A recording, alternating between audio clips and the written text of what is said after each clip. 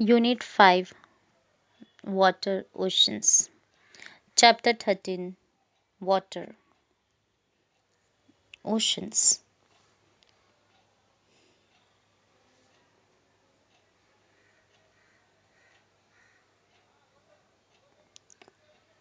Can we think of life without water? It is said that the water is life. Water is an essential component of all life forms that exist over the surface of the earth. The creatures on the earth are lucky that it is a water planet, otherwise, we all would have no existence. Water is a rare commodity in our solar system. There is no water on the sun or anywhere else in the solar system. The earth, fortunately, has an abundant supply of water on its surface, hence, our planet is called the blue planet. Hydrological cycle. Water is a cyclic resource. It can be used and reused. Water also undergoes a cycle from the ocean to land and land to ocean. The hydrological cycle describes the movement of water on in and above the earth. The water cycle has been working for billions of years and all the life on earth depends on it. Next to air, water is the most important element required for the existence of life on earth. The distribution of water on earth is quite uneven. Many locations have plenty of water while others have very limited quantity. The hydrological cycle is the circulation of water within the Earth's hydrosphere in different forms, that is, the liquid, solid, and the gaseous phases. It also refers to the continuous exchange of water between the oceans, atmosphere, land surface, and subsurface, and the organism. About 71% of the planetary water is found in the oceans. The remaining is held as fresh water in glaciers and ice caps, groundwater sources, lakes, soil, moisture, atmosphere, streams, and within life. Nearly 50%, 59% of the water that falls on land returns to the atmosphere through evaporation from over the oceans as well as from other places. The remainder runs off on the surface, infiltrates into the ground, or a part of it becomes glacial. It is to be noted that the renewable water on the earth is constant while the demand is increasing tremendously. This leads to water crises in different parts of the world, spatially and temporally. The pollution of rivers, waters, the pollution of river waters has further aggravated the crisis. How can you intervene in improving the water quality and augmenting the available quantity of water? Relief of the ocean floor. The oceans are confined to the great depressions of the Earth's outer layer. In this section, we shall see the nature of the ocean basins of the Earth and their topography. The oceans, unlike the continents, merge so naturally into one another that it is hard to demarcate them. The geographers have divided the oceanic part of the Earth into five oceans, namely the Pacific, the Atlantic, the Indian, Southern Ocean, and the Arctic. The various seas, bays, gulfs, and other inlets are parts of these four large oceans. A major portion of the ocean floor is found between 3 to 6 kilometers below the sea level.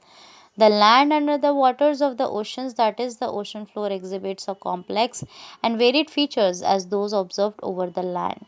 The floors of the oceans are rugged with the world's largest mountain ranges, deepest trenches, and the largest plains. These features are formed like those of the continents by the factors of tectonic, volcanic, and depositional processes. Divisions of the ocean floors. The ocean floors can be divided into four major divisions. First, the continental shelf. Two, the continental slope. Three, the deep sea plain. Four, the oceanic deeps. Besides these divisions, there are also major and minor relief features in the ocean floors like ridges, hills, seamounts, Fjords, trenches, canyons, etc. Continental shelf. The continental shelf is the extended margin of each continent occupied by relatively shallow seas and gulfs. It is the shallowest part of the ocean, showing an average gradient of 1 degree or even less. The shelf typically ends at a very steep slope called the shelf break. The width of the continental shelves vary from one ocean to another. The average width of continental shelves is about 80 km. The shelves are almost absent or very narrow along some of the margins, like the coasts of Chile, the west coast of Sumatra, etc. On the contrary, the Siberian Shelf in the Arctic Ocean, the largest in the world, stretches to 1,500 km in width. The depth of the shells also varies. It may be as shallow as 30 meter in some areas, while in some areas it is as deep as 600 meter. The continental shells are covered with variable thickness of sediments brought down by rivers, glaciers, wind from the land, and distributed by waves and currents. Massive sedimentary deposits received over a long time by the continental shelves become the source of fossil fuels. Continental slope. The continental slope connects the continental shelf and the ocean basins. It begins where the bottom of the continental shelf sharply drops off into a steep slope. The gradient the gradient of the slope region varies between 2 to 5 degree. The depth of the slope region varies between 200 and 300 meter. The slope boundary indicates the end of the continents. Canyons and trenches are observed in this region. Deep sea plain. Deep sea plains are gently sloping areas of the ocean basins. These are the flattest and smoothest regions of the world. The depths vary between 3,000 and 6,000 meters. These plains are covered with fine grained sediments like clay and silt. Oceanic deeps, oceanic deeps or trenches.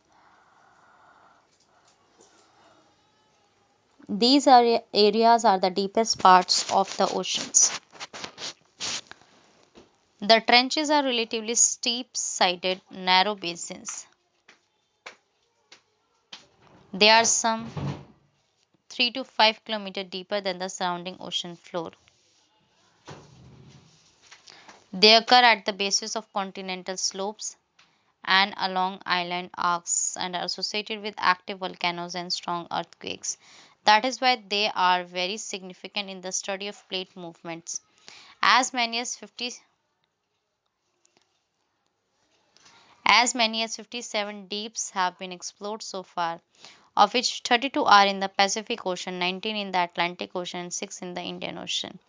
Minor relief features. Apart from the above mentioned major relief features of the ocean floor, some minor but significant features predominate in different parts of the ocean.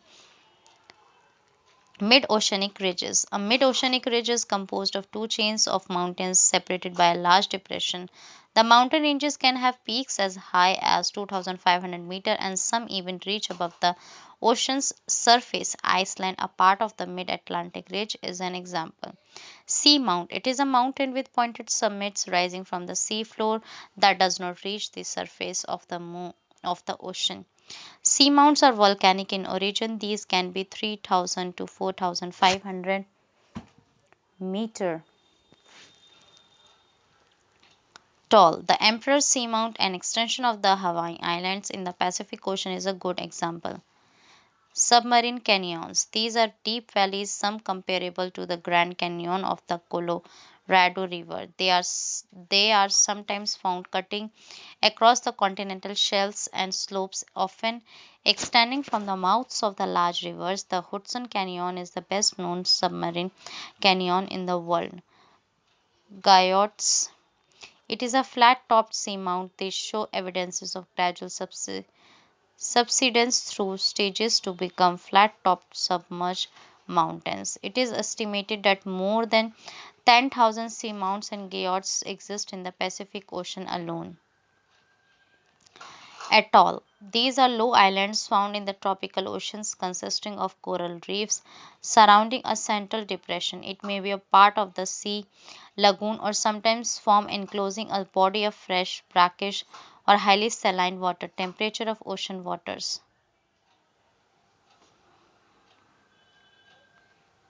This section deals with the spatial and vertical variations of temperature in various oceans. Ocean waters get heated up by the solar energy just as land. The process of heating and cooling of the oceanic water is slower than land.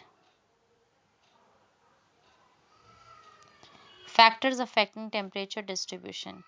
The factors which affect the distribution of temperature of ocean water are: first, latitude. The temperature of surface water decreases from the equator towards the poles because the amount of insolation decreases poleward. 2. Unequal distribution of land and water.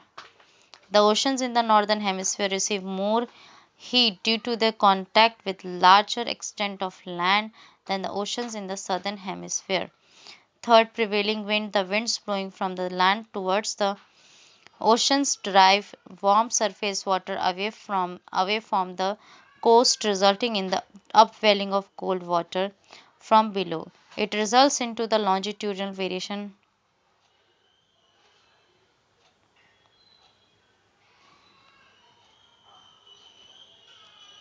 in the temperature. Contrary to this, the onshore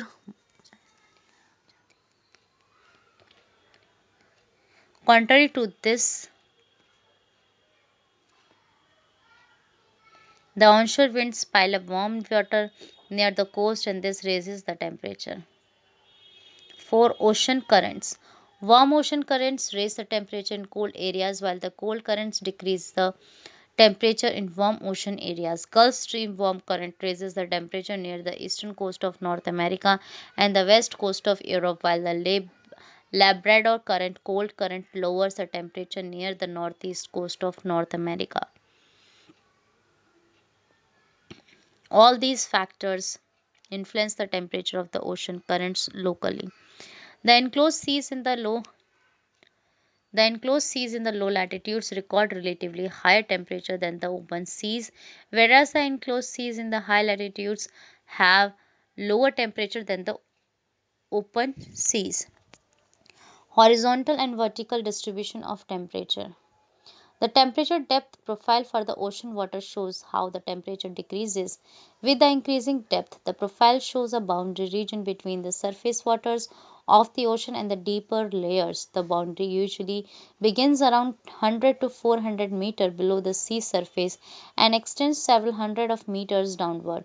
This boundary region, from where there is a rapid decrease of temperature, is called the thermocline. About 90% of the total volume of water is found below the thermocline in the deep ocean. In this zone, temperatures approach 0 degrees Celsius. The temperature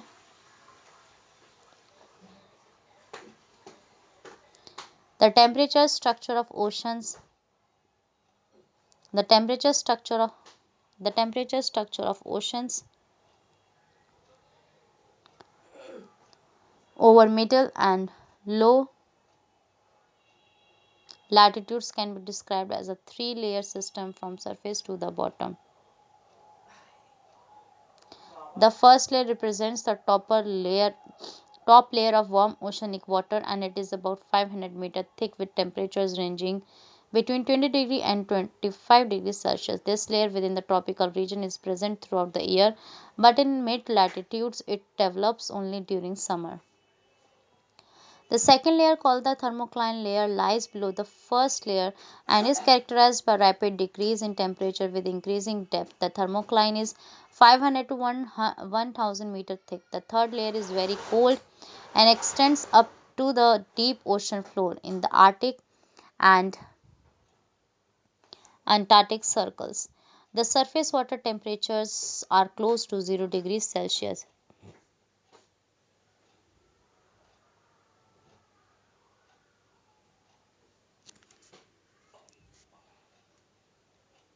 And so the temperature change with the depth is very slight. Here Only one layer of cold water exists which extends from surface to deep ocean floor. The average temperature of surface water of the oceans is about 27 degrees Celsius and it gradually decreases from the equator towards the poles. The rate of decrease of temperature with increasing latitude is generally 0. 0.5 degrees Celsius per latitude. The average temperature is around 22 degrees Celsius at 20 degree latitudes, 14 degrees Celsius at 40 degree latitudes, and 0 degrees Celsius near poles. The oceans in the northern hemisphere record relatively higher temperature than in the southern hemisphere. The highest temperature is not recorded at the equator but slightly towards north of it. The average the average annual temperatures for the northern and southern hemisphere are around 90 degrees Celsius and 16 degrees Celsius respectively. This variation is due to the unequal distribution of land and water in the northern and southern hemispheres.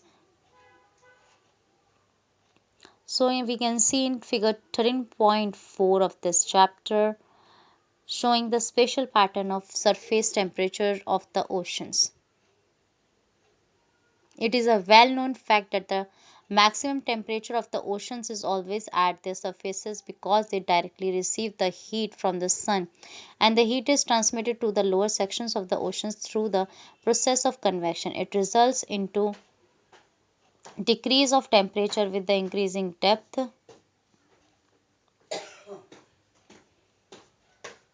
but the rate of decrease is not uniform throughout. The temperature falls very rapidly up to the depth of 200 meters and thereafter the rate of decrease of temperature is slowed down. Salinity of ocean waters. All waters in nature, whether rainwater or ocean water, contain dissolved mineral salts. Salinity is the term used to define the total content of dissolved salts in seawater. It is calculated as the amount of salt in gram dissolved in 100 gram 1 kg of seawater. It is usually expressed as parts per thousand or ppt. Salinity is an important property of seawater. Salinity of 24.70 by 00 has been considered as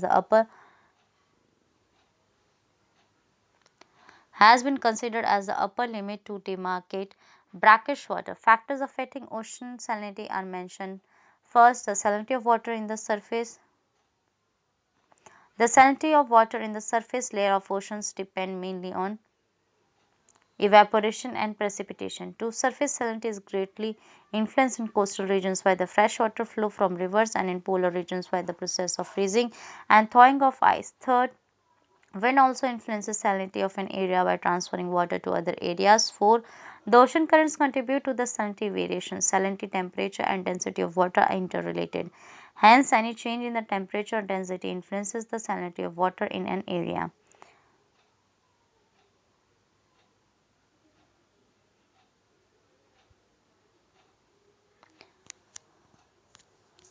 Horizontal distribution of salinity. The salinity for normal open ocean ranges between 33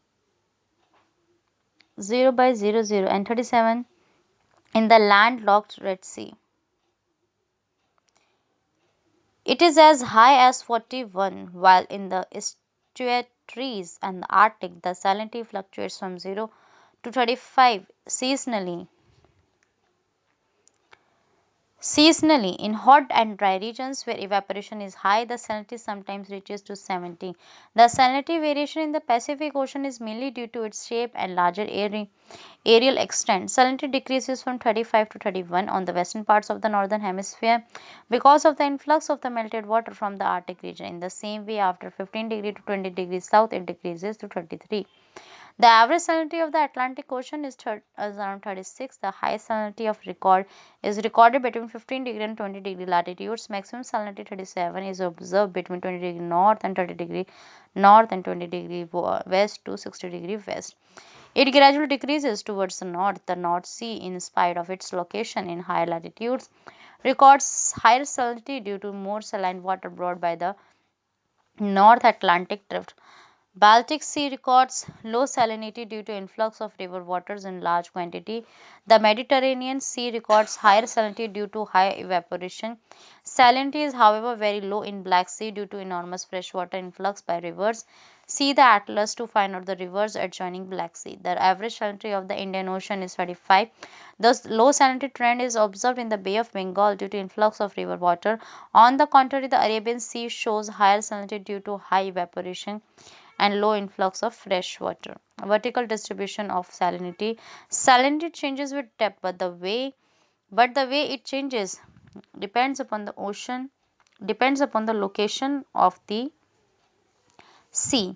Salinity at the surface increases by the loss of water to ice or evaporation, or decreased by the input of fresh waters, such as from the river. Salinity at depth is very much fixed because there is no way that water is lost or the salt is added. There is a marked difference in the salinity between the surface zones and the deep zones of the oceans. The lower salinity water rests above the highest salinity dense water. Salinity generally increases with depth, and there is a distinct zone called the halocline where salinity increases sharply. Other factors being constant, increasing salinity of seawater causes its density to increase. High salinity seawater generally sinks below the lower salinity water. This leads to stratification by salinity. Thank you.